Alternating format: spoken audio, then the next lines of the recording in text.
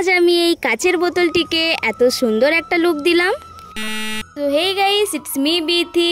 কাল একটু আমি আমাদের মাঠে গিয়েছিলাম, আর মাঠের পাশে এরকম অনেকগুলো বোতল পড়েছিল, কিন্তু আমার নজর গেছে বাপু এই বোতলটার দিকে, তাই আমি বোতলটা নিয়ে বাড়ি চলে এসেছি। আর এখন প্রায় ভিডিওতে দেখাচ্ছে, বলতে গেলে ট্রেন্ডিংয়েই চলছে যে এরকম বোতলগুলোকে সুন্দর সুন্দর লুক দেওয়া হচ্ছে। তাই আমি ভাবলাম আমি একটু ট্রাই করে দেখি।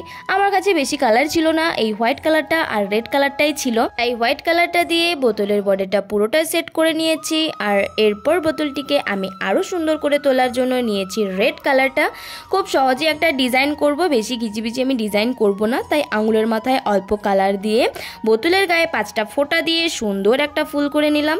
এরকম অনেকগুলো ফুল করে নেওয়ার পর বোতলের লুকটা ঠিক এরকম লাগছিল। কিন্তু আমি তো বোতলটা এত সিম্পল রাখবো না, তাই রেড কালারের মধ্যে আরও একটু হোয়াইট কালার মিশিয়ে আমি তৈরি করে নিয়েছি কিউট একটা পিঙ্ক কালার। কালারটা যে এত সুন্দর এসছে কি বলবো তোমাদের। এরপর আবারও আঙুলের মাথায় অল্প কালার নিয়ে ছোট ছোট ফুলগুলোকে আরও সুন্দর করে তুললাম।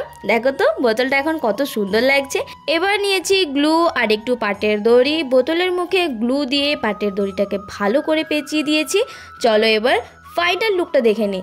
ফাইনাল লুকটা তো আমার দারুণ লেগেছে, আমার খুবই ভালো লেগেছে। তোমাদের কেমন লেগেছে প্লিজ একটু কমেন্টে জানিও, আর চ্যানেলটা সাবস্ক্রাইব করে আমার পাশে থেকো।